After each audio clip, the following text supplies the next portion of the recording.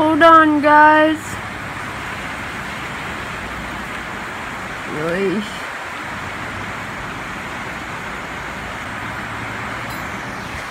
You nervous?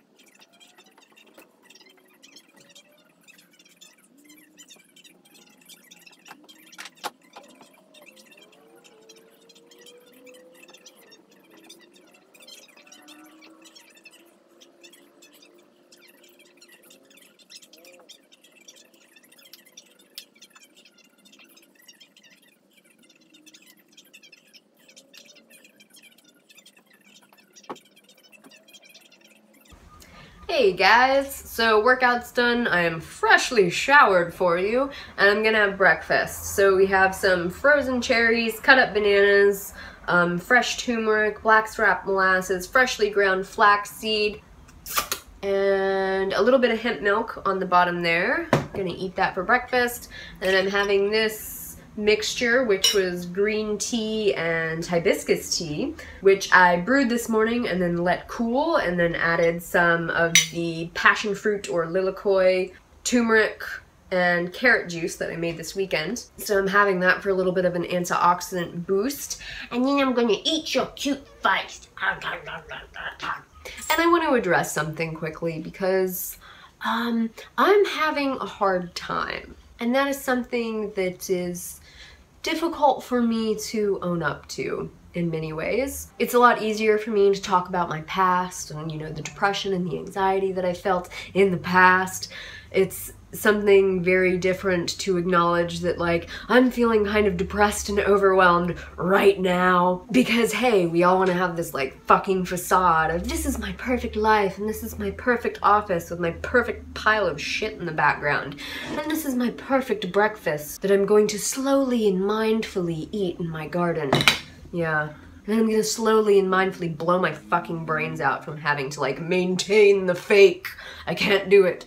I've been having a bit of a hard time, and part of that is because I tend to overload myself with what I consider to be a reasonable amount of stuff for me to get done. Who knows? Maybe it is reasonable. Maybe I'm just, like, lazy and unable to focus and mildly incompetent. Maybe that's a possibility that I should just, like, accept.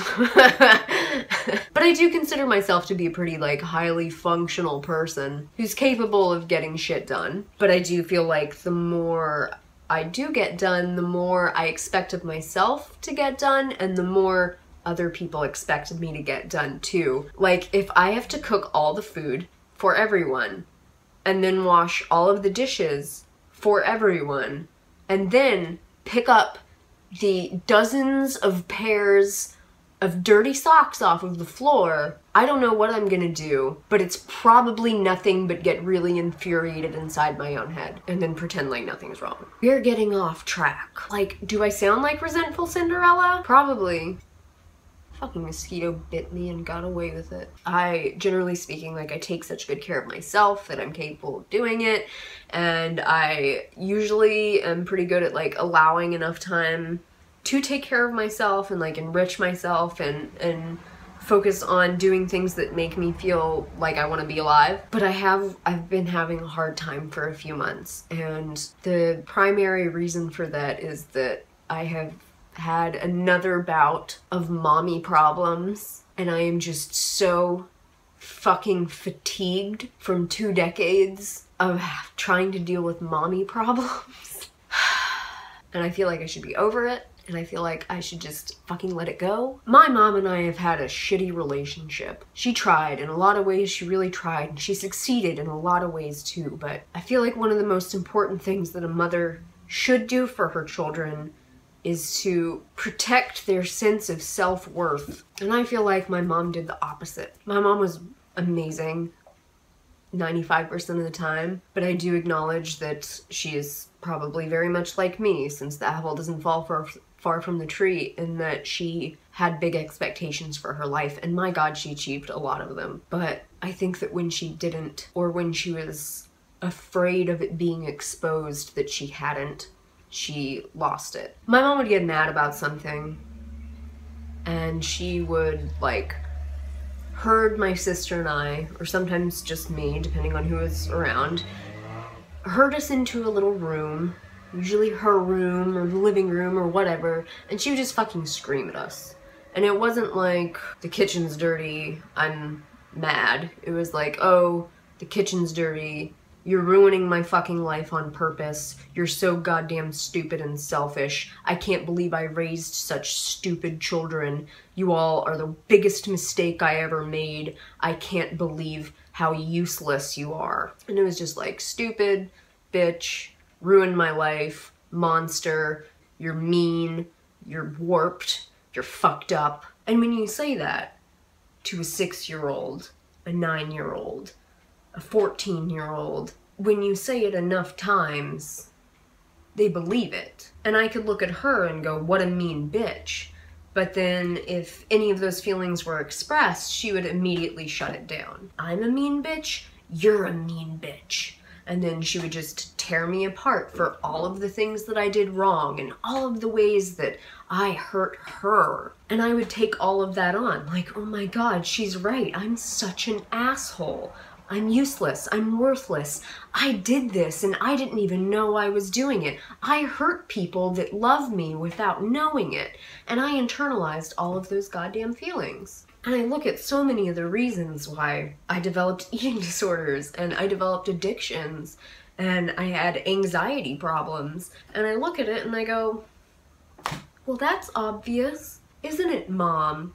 And she says, no, it's not. You're crazy. You know, I'm in therapy, like I've been in therapy for several years. I make no attempt to hide that fact. She comes after my therapists and says that they lie to me, that I lie to them, that I snowball them, and they blow sunshine up my ass in response because they can't see the horrible, crazy-making monster that I am. And so most recently, she sent me an email. It's like 3 months ago now. And it was about the videos that I make on YouTube, and it was about the things that I say in the videos that I make on YouTube. And she was mostly outraged that I had referred to my family as manipulative and mean. It was the most accurate description I could think of. And she sent me an email demanding that I apologize for it and ripping me apart for all of the reasons that I was the mean one. And,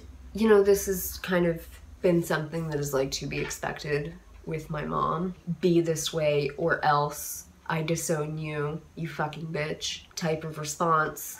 But what I find most unforgivable is that I had, over the last, you know, year that we have been on speaking terms again, and I've been trying my hardest to like keep her at an arm's distance with good boundaries and trying to really monitor how much I let myself become enmeshed in her manipulative games. I disclosed to her something that was a really hard moment for me. It was a moment when I felt so incredibly deeply depressed and horrible and suicidal, and I had reached out to Levi actually, and I had just like laid it on the line. This is how I feel. I don't know how to stop feeling this way. Life is hard and I feel alone and I'm so scared for the world. This is how I feel. And he told me to get out of his house because he didn't feel safe with me being around the girls. And I was like, whoa, like, A, you totally misunderstood me. B, I couldn't have imagined putting myself in such a fucking vulnerable situation, and like a situation where I'm reaching out for support so thoroughly and so completely, like I'm literally leaning off the cliff, can't stop myself now, reaching for somebody, and they just fucking drop me. And you know, I told her about this moment, perhaps the most shattering moment of my life, because I finally realized nobody is gonna save me. Nobody's gonna do a fucking thing to save me. It's all on me. But it changed my life, and it changed me, and it changed how I live my life. And I had told her this kind of as an experiment, because she has a tendency to throw shit back in my face. And sure enough, in this email she sent, she said, Levi was right to tell you to get the fuck out of his house that day because you are too fucked up to be around. And I tell you what, if my passport hadn't expired, I might fly to New Zealand just so I can spit in her fucking face. What kind of piece of shit person would use something that was disclosed to them in a moment of trust, misplaced trust, as emotional collateral? I can't imagine the disgusting heart that it takes to do that to another person. And as much as I can objectively stand back and say what a fucking piece of work that woman is, I find myself lying awake at night and fucking detailing everything, all my past goddamn relationships, everything, trying to catalog all of the evidence that proves that I'm not what she says I am. I'm 27 fucking years old, and that fucking bitch can still hurt me. And what gets me the most is that I fucking hate her for it. And I don't want to hate anybody. I don't want that inside of me. I think about everything I have had to change about myself. The way I act in relationships with other people, the way I react to criticism, having to work so hard to feel like I was just worthy of being alive because of what she told me when I was a kid. And still to this day, she denies that it ever happened. It's not real. I made it up. I made it up. And she's so good. She's so fucking good at what she does. She can have anyone believing anything she wants them to. And it's not like there isn't evidence, you know? 4 failed marriages, affairs with married men, engagements that broke off. Her sisters won't fucking talk to her. You know, it's not like she has this like wonderfully successful life to dangle in front of me. It's not like she should. She doesn't need it. She shouldn't have to justify herself or who she is, and I shouldn't have to either. And I hate that she puts me into the position where I have to justify myself, where I have to catalog the pros and cons of my fucking personality to try to prove that I am worth something or lovable. Like, I just want to be done with it, but I'm so mad. I never got to stand up for myself. I don't know how I would have. She used to work with troubled teens, and she would threaten to have me sent to juvie all the time. I thought for having an opinion, for not wanting to be demeaned and belittled. She's a malicious person. She's my fucking mom. Like, there's no one that could comfort you like your goddamn mother. There's no one like your mother. I used to feel so goddamn alone, and I would just say over and over and over again to myself, I want my mom. I want my mom. It wasn't until I was like 25 that I realized, like, I don't want my mom. I want a mother. I don't want my mother. Because she has nothing to give me. I feel so fucking stupid for being bothered by this hellacious demon woman who I should be able to just dismiss. And I can't. I just want to get on with my fucking life. I just want her to have not existed. You know, what kind of master's level psychologist can't acknowledge that someone else's experience is valid? You know, when I was 17 and I started realizing what was happening, and when I started realizing who my mom was and how awful her behavior was, I thought, you know, all I have to do is see it, and all I have to do is process it. You know, I'll get it out, I'll talk to my therapist, I'll write it down, I'll put it in my journal. All I have to do is the hard, painful work of like looking at myself and working on changing my own behavior and changing my relationships and having good boundaries and standing up for myself and feeling like I have a sense of self-worth. All I have to do is cultivate those things, and then, like, this isn't gonna hurt anymore. This isn't gonna be a vulnerable place. It's not gonna be a sore spot. I'm gonna heal. I'm gonna be healed. And I'm still waiting for that to happen. I've had other times like this where I felt like I was just stuck in the middle of the ocean treading water, and I didn't know when it was gonna get better or stop. I've been here before. So I know that I have the stamina to get out of it, or to just at least like ride the wave through it and get to a point where I do feel stronger and it doesn't affect me as badly. Fuck me, I really want to be done. Like, I was supposed to have been doing something for the last hour and a half, and I couldn't. I'm fatigued. I'm fatigued from feeling like I'm trying so goddamn hard at everything. It's never enough. There's never enough time. The house is never clean enough. I've never accomplished enough. I've never said the right thing enough. And it's my responsibility to learn how to not take that on. I understand that. And it's my responsibility to be mindful of what I'm grateful for and what my intentions are for the future. But I don't have it in me right now. And I guess it's a gift that I know that that's okay. I guess if you want to look on the bright side, it's like, there's nothing anybody on YouTube could say about me that could ever hurt as much. I mean, I had really good training for haters. I grew up with a fucking YouTube hater. The worst things you could ever think about yourself, well, my mom told them to me. Well, this has been fun. But Lily, you're not supposed to eat when you're stressed, Lily. I'm gonna emotionally eat my bananas now.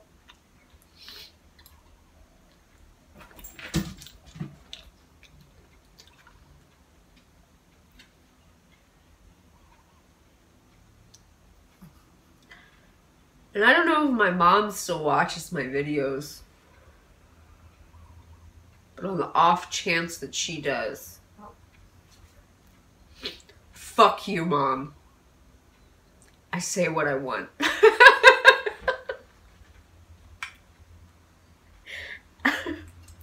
It was my experience, bitch. Live in your own reality. Okay, guys. I know, Petunia, I'm eating. And you want to eat with me so bad. Yes, Tabby, you know I wouldn't exclude you. Okay, now I actually am going to like pull it together and have a productive fucking day. Oh, hi.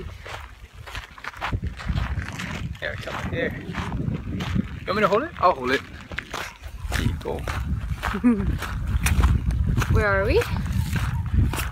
Fuck, I don't know. Nah. We call upon Uncle Robert's. 30 years ago, this place used to be infested with coconut trees, and there was a nice black sand beach about 1/8 of a mile that way. And then Pele decided it didn't belong there anymore. You know why? Because they were building hotels. Yeah. Every time one development idea comes up, Pele comes and takes it away, which is awesome.